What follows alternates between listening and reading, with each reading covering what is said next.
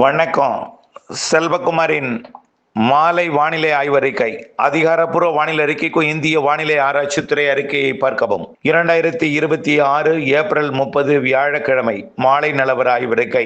இன்றைக்கு தென் மாவட்டங்களிலே கன்னியாகுமரி, திருநெல்வேலி, தென்காசி, விருதுநகர் மற்றும் அதனை ஒட்டி தேனி, கேரளாவின் ஒட்டுமொத்த பகுதிக்கும், நீலகிரி, ஈரோடு மாவட்டத்தின் வடக்கு பகுதிகள், மேலும் கொடைக்கானல் மலைப்பகுதி, திருப்பத்தூர், சேலம், நாமக்கல் மற்றும் தருமபுரி மாவட்டத்தின் கல்வராயன் மலைப்பகுதி, தருமபுரி, கிருஷ்ணகிரி மாவட்டத்தின் கல்வராயன் மலைப்பகுதி, சேலம் மாவட்டத்தின் ஏற்காடு மற்றும் கல்வராயன் மலைப்பகுதி மற்றும் கொல்லிமலை, சேலம், தம்மம்பட்டி இடைப்பட்ட பகுதி, மேலும் வருகின்ற திருப்பத்தூர் மாவட்டத்தில் பல்வேறு இடங்கள் மற்றும் வேலூர் மாவட்டம், திருவண்ணாமலை மாவட்டத்தோட மேற்கு பகுதி, அதாவது சாத்தனூர் அணைக்கட்டு பகுதி மற்றும் அதனை ஒட்டியுள்ள பல்வேறு மேற்கு தொடர்ச்சி மலைப்பகுதிகள், மேலும் அண்டை மாநிலங்களில் பார்த்தீங்கன்னா கிருஷ்ணகிரி மாவட்டத்தை ஒட்டிய கர்நாடக பகுதி, தருமபுரி மாவட்டத்தை ஒட்டிய கர்நாடக பகுதி, ஒட்டுமொத்த கேரளாவில கனமழை வெளுத்து வாங்குகிறது இடி மின்னலுடன். மேலும் பார்த்தீங்கன்னா திருப்பதி தேவஸ்தானத்தில், திருமலாவில் கொட்டி தீர்த்த கனமழையால் தேவஸ்தானத்தில் உள்ள கடுமையாக நீர் தேங்கி உள்ளது. அதே போல வட மாநிலங்களில் பல இடங்களிலே மழைப்பொழிவு ஆங்காங்கே கொடுத்து வருகிறது. தமிழ்நாட்டை பொறுத்த வரைக்கும் எதிர்பார்த்தது போலவே இந்த மாத இறுதி நாளிலே 29 நேற்று தொடங்கியதை விட 30ஆம் தேதி இன்றைக்கு பரவலாகி இருக்கிறது. நாளை மேலும் பரவலாகும் என்பதில் மாற்றமில்லை. இன்றைக்கு மழைப்பொழிவு மேலும் பல இடங்களில் பொழிந்து வருகிறது. வேறு எங்கே என்பதை பார்த்துவிட்டு வரக்கூடிய மணி நேரங்கள் எங்கே, வரக்கூடிய நாட்கள் எங்கே என்பதையும் பார்ப்போம். ஏற்கனவே கேரள எல்லையோர கன்னியாகுமரி மாவட்டத்தில் தொடங்கிய மழை குலசேகரம் மற்றும் பேச்சுப்பாறை, மேலும் ஒட்டுமொத்த கன்னியாகுமரி மாவட்டத்தோட மலைப்பகுதிகளில் மழை பொழிந்து வருகிறது. இந்த மழைப்பொழிவு அப்படியே கன்னியாகுமரி மாவட்டத்திலிருந்து திருநெல்வேலி, தென்காசி மாவட்டத்தின் பகுதிகளுக்கும் பரவலாகி இருக்கிறது. தென்காசி மாவட்டம், திருநெல்வேலி மாவட்டத்தின் மேற்கு தொடர்ச்சி மலைப்பகுதியிலிருந்து, அதாவது கடையம், ஆழ்வார்குறிச்சி, மேலும் குற்றாலம், அப்படியே கிழக்கே பார்த்தீங்கன்னா ஆலங்குளம், திருநெல்வேலி மாவட்டத்தோட மாநகர் பகுதியையும் நெருங்கி வருகிறது. திருநெல்வேலியை மழை நெருங்கி வருகிறது. அதே போல வடக்கே பார்த்தீங்கன்னா கயத்தாறு, மேலும் கடம்பூர், கோவில்பட்டி, கழுகுமலை, பாவூர் சத்திரம், மேலும் பல்வேறு இடங்கள்ல கனமழை பொழிந்து வருகிறது இடி மின்னலுடன். அதே போல விருதுநகர் மாவட்டத்திற்கும் மழை நெருங்கி வந்து கொண்டிருக்கிறது. அதே போல தேனி மாவட்டத்திற்கும் கம்பம் மற்றும் போடி, பல்வேறு கேரள எல்லையோர பகுதியிலிருந்து, அதாவது ஏலக்காய் சாகுபடி பகுதியிலிருந்து உள்ளே தேனி மாவட்ட பகுதிகளுக்கும் மழை முன்னேறி வருகிறது. அதே போல விருதுநகர், ராஜபாளையம் பகுதிகளுக்கு ஒதுக்கிவிட்டு உள்ளே சிவகாசி மற்றும் மதுரை மாவட்டத்தோட பேரையூருக்கும் இடைப்பட்ட பகுதியில் நல்ல மழை பொழிந்து வருகிறது. மேலும் பல இடங்களில் ஒதுக்கி இருந்தாலும் இன்னும் ஒதுக்கி இருக்கக்கூடிய இடங்களுக்கும் மழை பொழிவை கொடுக்கும். நீலகிரி மாவட்டத்தில் நேற்றைக்கு பொழிந்த மழையிலேயே, அதாவது நீலகிரி மாவட்டத்தோட வடக்கு சரிவு, மேற்கு சரிவில் பெய்த மழை அங்கே எரிந்து கொண்டிருந்த காட்டு தீ அணைந்து விட்டது. அதே போல நீலகிரி மாவட்டத்தின் பல்வேறு இடங்கள்ல மைசூருக்கும் நீலகிரிக்கும் இடைப்பட்ட பகுதியில், குண்டுலுப்பேட்டை கர்நாடக பகுதி, நீலகிரி இடைப்பட்ட பகுதியில் கிடியுடன் கூடிய கனமழை, ஆலங்கட்டி மழையும் பொழிந்து வருகிறது. தாளவாடி பகுதியிலையும் மழை. அதே போல பவானிசாகருக்கும் நீலகிரிக்கும் இடைப்பட்ட பகுதியில் கிழக்கு செயலிலேயே ஆங்காங்கே மழை தொடங்கி இருக்கிறது. அதே போல பொம்மிடி, சேலம் இடைப்பட்ட பகுதி, அதாவது பாப்பிரெட்டிப்பட்டி, அரூர், பொம்மிடி பகுதி, ராசிபுரம் பகுதி, மேலும் தம்மம்பட்டி உள்ளிட்ட பகுதிகள், அரூர், ஊத்தங்கரை, அப்படியே பார்த்தீங்கன்னா செங்கம், அதன் சுற்றுவட்டார பகுதி, ஆம்பூர், வாணியம்பாடி, குடியாத்தம் உள்ளிட்ட பகுதிகளுக்கும் மழை தொடங்கி பொழிந்து வருகிறது. அதே போல இந்த மழைப்பொழிவு மேலும் கிழக்கு நோக்கி முன்னேறி நாளை மேலும் பரவலாகும். படிப்படியாக கடலோரம் வரைக்கும் வரக்கூடிய 3, 4, 5 தேதிகளில் நல்ல மழைப்பொழிவை கொடுக்கும். இந்த மாத இறுதி வரைக்கும் மழை இருக்கு. 5ஆம் தேதிக்கு மேல தொடர்ந்து எல்லா நாளும் மழை தான்.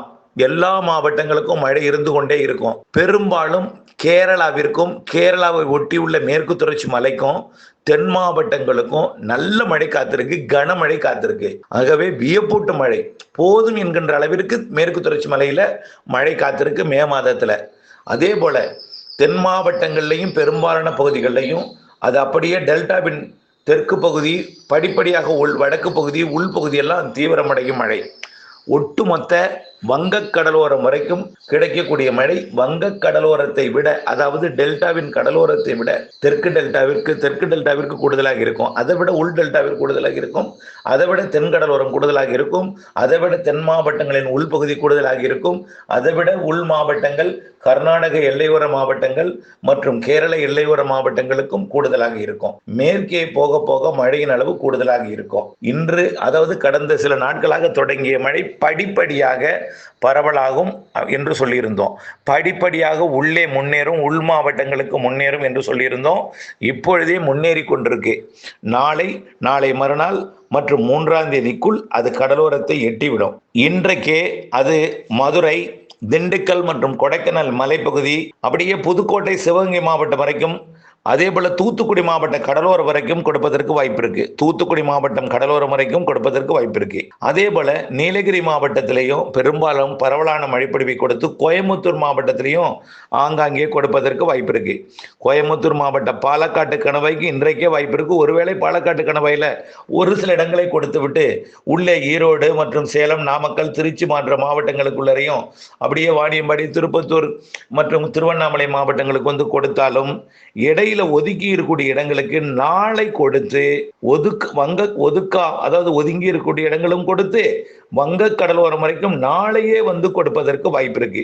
நாளை அதிகாலை மழைப்பொழிவு வங்க கடலோரம் தெரிகிறது. அதாவது நாளை அதிகாலை கிழக்கு மற்றும் அதாவது கடற்காற்று உள்ளே நுழைய, தரையில் இருக்கக்கூடிய வெப்பக்காற்று உள்ளே போக, 2 காற்றும் சந்திப்பு ஏற்படுத்தி நாளை சென்னை முதல் ராமநாதபுரம் வரைக்கும் நாளை அதிகாலை கடலோரத்தில் மழைப்பொழிவிற்கு வாய்ப்பு இருக்கு. ஆங்காங்கே இடிமின்னலுடன் கூடிய மழைப்பொழிவு நாளை அதிகாலை 1ஆம் தேதி வெள்ளிக்கிழமை அதிகாலை வாய்ப்பு இருக்கு. பரவலா கிடையாது, ஆங்காங்கே. மீண்டும் நாளை மதியம் மேற்கே தொடங்கி கிழக்கே முன்னேறும். நாளை இன்றைய விட கூடுதல் பரப்புல மேற்கு மாவட்டங்களில் தொடங்கி வங்க கடலோரம் வரைக்கும் வருவதற்கு வாய்ப்பு இருக்கு. அதே போல 2ஆம் தேதி அதிகாலையும் கடலோரம் வாய்ப்பு இருக்கு. 2ஆம் தேதி மதியம் தொடங்கும் மழை மேலும் தீவிரமடையும். பெரும்பாலான மாவட்டங்களுக்கும் தீவிரமடையும் பரவலான மழைப்பொழிவு 2ஆம் தேதி கொடுக்கும். ஞாயிற்றுக்கிழமை 3ஆம் தேதி மேலும் பரவலாகும், மேலும் தீவிரமடையும். ஆனால் எல்லா நாளும் ஒதுக்குதல் இருக்கும். ஒதுக்கி பெய்யும். ஒதுக்குதல் என்பது படிப்படியாக குறையும். 4ஆம் தேதி மேலும் தீவிரமடையும், ஒதுக்குதல் படிப்படியாக குறையும். ஆனால் ஒதுக்கி தான் எந்த நாளாக இருந்தாலும் மழைப்பொழிவு இருக்கும். இன்று ஒதுக்கினால் நாளை பொழியும், நாளை ஒதுக்கினால் மறுநாள் பொழியும் என்ற நம்பிக்கையுடன் இருக்க வேண்டும். நாளுக்கு நாள் மழைப்பொழிவின் அளவும் பரப்பும் அதிகரிக்க வரக்கூடிய 7, 8, 9, 10 தேதிகள்லாம் பரவலான மழைப்பொழிவு பெரும்பாலான மாவட்டங்களுக்கு கொடுக்கும். எங்கெல்லாம் ஒதுக்கி இருக்கிறதோ அந்த இடங்களுக்கெல்லாம் மழைப்பொழிவு அடுத்தடுத்த நாட்களில் கொடுத்து வரக்கூடிய 10, 11, 12, 13, 14ஆம் தேதி, 15ஆம் தேதி எல்லாம் இன்னும் பரவலான மழைப்பொழிவை கொடுக்கும். மழை இல்லாத நாளே இருக்காதுங்க. வரக்கூடிய 13, 14, 15 எல்லாம் கடலோர மாவட்டங்கள், அதாவது டெல்டா மற்றும் தென்கடலோர மாவட்டங்களுக்கு சற்று பரவலான கனமழை பொழிவே தெரிகிறது. ஆகவே கண்டிப்பாக வெயில் என்பது விலகி அக்னி என்பது காணாமல் போகும் அளவிற்கு மாலை இரவு நேர மழைப்பொழிவு அக்னி நட்சத்திர காலமாம் 4ஆம் தேதியிலிருந்து மே இறுதி வரைக்கும் நல்ல மழை கொடுக்க இருக்கிறது. ஆகவே அக்னி நட்சத்திர காலத்துல வெயில் அனல் விலகி புழுக்கம் வேர்வை கொடுத்து மாலை இரவு இடிமழை பொழிவை கொடுக்கும் என்று எதிர்பார்க்கப்படுகிறது.